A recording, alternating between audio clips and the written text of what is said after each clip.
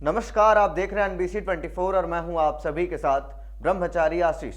22 जनवरी को रामलला की अयोध्या में प्राण प्रतिष्ठा है। पूरे देश से भारी संख्या में तमाम जो श्रद्धालु है वो कहीं ना कहीं वहां जाना चाहते हैं, रामलला की पूजा अर्चना करना चाहते हैं।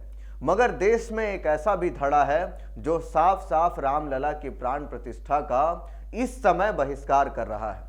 हम इस समय इसलिए बोल रहे हैं क्योंकि कांग्रेस पार्टी का कहना है कि रामलला के दर्शन जरूर करेंगे, लेकिन 22 जनवरी को जो कार्यक्रम हो रही है वो कहीं ना कहीं बीजेपी का कार्यक्रम है। वो रामलला की प्राण प्रतिष्ठा का कार्यक्रम, उसका राजनीतिकरण हो रहा है।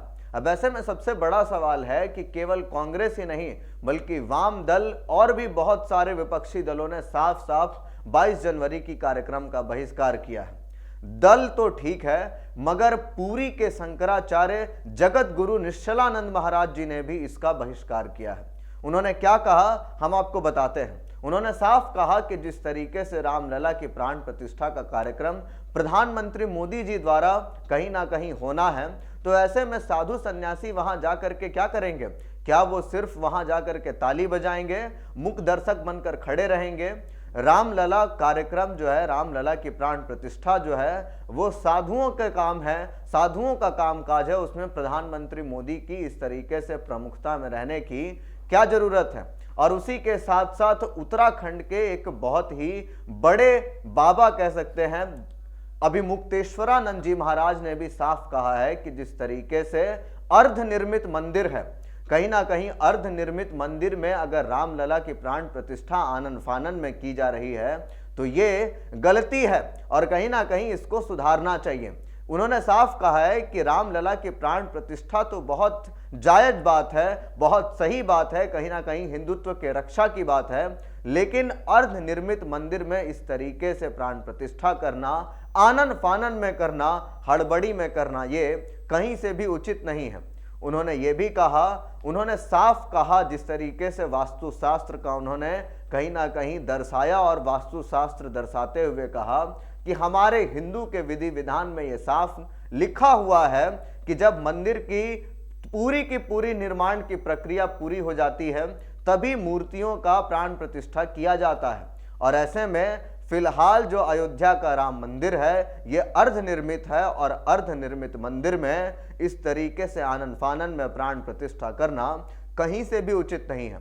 आपको ये भी बताते हैं कि उन्होंने कहा कि 22 जनवरी जो तारीख रखी गई है, ये तारीख किसी भी कैलेंडर में, यानी एक साल पहले ही सभी कैलेंडर बनाए जाते हैं, चाहे वो इंग्लिश के कैलेंडर हो, चाहे वो भारतीय सभ्यता के जितने भी कैलेंडर हो, ठाकुर प्रसाद जी का कैलेंडर हो, कोई भी हो, वो सब पहले से बनाया जाता है। और उन्होंने कहा कि जो भी शुभ तिथि होती है वो पहले से ही सुनिश्चित की जाती है, लेकिन 22 जनवरी की जो तारीख है वो शुभ तिथि में सुनिश्चित नहीं थी। और कहीं ना कहीं जिस व्यक्ति ने ये जो तिथि दी है 22 जनवरी की, उसके ऊपर दबाव बनाया गया कि आप जनवरी के ही महीने में एक तिथि दें, क्योंकि इसका कहीं ना कहीं राजनीतिक लाभ उन लोगों को मिल सके।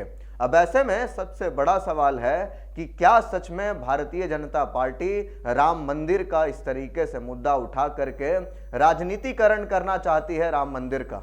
इसके ऊपर भी कहीं ना कहीं भारी विवाद खड़ा हो चुका है। आपको ये भी बता दें कि अखिलेश यादव, जो कि कहीं ना कहीं समाजवादी पार्टी के अध्यक्ष हैं, उनको भी निमंत्रण गया। पहले तो विवाद यही खड़ा हो गया कि उन्हें निमंत्रण नहीं आया। जब उन्हें निमंत्रण पहुंचा तो उन्होंने उसको सहर्ष स्वीकार किया, लेकिन उन्होंने कहा कि वो 22 जनवरी को नहीं जाएंगे, क्योंकि 22 जनवरी जो है वो भारतीय जनता पार्टी अपना कार्यक्रम कर रही है भगवान के नाम पर, और कहीं ना कहीं 22 जनवरी के बाद किसी भी तारीख को अखिलेश यादव जाकर के रामलला का पूजन करेंगे। अब ऐसे में सबसे बड़ा सवाल है कि क्या सचमुच इस तरीके से धर्म का राजनीतिकरण हो रहा है? लेकिन यह भी बात है कि जिस तरीके से भारतीय जनता पार्टी शुरू से ही अपनी आवाज हिंदुत्व के लिए उठाती रही है, तो कहीं ना कहीं वो इसका लाभ उठा भी रहे तो फिर कोई बड़ी बात नहीं है। और भारतीय जनता पार्टी का पूरा चुनावी माहौल इसी एजेंडे पर सेट होता है। आपको ये भी बता दें कि 22 जनवरी को रामलला की प्राण प्रतिष्ठा के बाद प्रधानमंत्री मोदी का देश के नाम संबोधन भी होना है। राम मंदिर के राम मंदिर के सिंह द्वार के सामने से बिल्कुल प्रधानमंत्री मोदी जो है वो देश को संबोधन देंगे। अब ऐसे में कांग्रेस सबसे बड़ा सवाल उठा रही है कि क्या इस तरीके से राम मंदिर का राजनीतिकरण करना, भगवान के नाम पर राजनीति करना कहीं से भी उचित नहीं है। और इसको लेकर के देश में पार्टी तो छोड़िए, क्योंकि दल तो एक अलग बात है, वो अपने चुनावी लाभ के लिए कार्य करते रहती है, लेकिन कहीं ना कहीं दो बड़े कह सकते हैं जगत गुरुओं ने, शंकराचार्य ने सीधा सीधा इसका कहीं ना कहीं बहिष्कार किया है। उन लोगों ने जाने से मना कर दिया है। जिस तरीके से निश्चलानंद जी महाराज का बयान आया, फिर उसके बाद उत्तराखंड के अभिमुक्तेश्वरानंद जी सरस्वती का बयान आया कि जो ये पूरी की पूरी प्रक्रिया है ये आनन फानन में की जा रही है, जल्दीबाजी में की जा रही है, वो इसका विरोध नहीं कर रहे हैं। उनका कहना है कि रामलला सबके जीवन के आदर्श हैं, कहीं ना कहीं सबके मन मन में तन तन में बैठे हुए हैं, लेकिन जिस तरीके से जल्दीबाजी में ये प्रक्रिया की जा रही है ये राजनीतिक लाभ लेने की कोशिश है।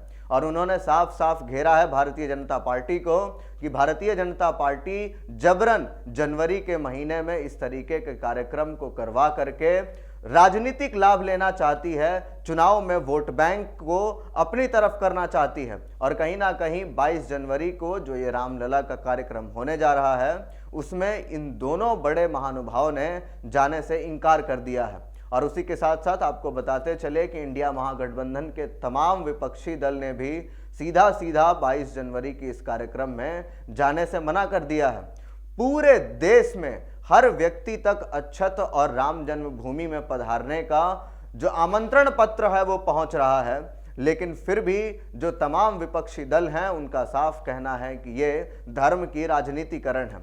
हालांकि इसके बारे में आप क्या सोचते हैं, कमेंट में अपनी प्रतिक्रिया जरूर व्यक्त करें। जिस तरीके से आनन फानन में काम हो रहे हैं, आपको लगता है कि ये उचित है या फिर अनुचित है, हमें जरूर बताएं। और अर्ध निर्मित मंदिर में रामलला की प्राण प्रतिष्ठा करना कितना सही है, इसकी भी हमें अपनी प्रतिक्रिया के रूप में अपनी आवाज को जरूर बताएं। बाकी के अपडेट्स के लिए बने रहिए NBC 24 पर। अगर आप हमारे वीडियो को फेसबुक पेज पे देख रहे हैं तो हमारे पेज को फॉलो कर लें, और अगर आप हमारे वीडियो को यूट्यूब चैनल पे देख रहे हैं तो हमारे चैनल को सब्सक्राइब कर लें। धन्यवाद।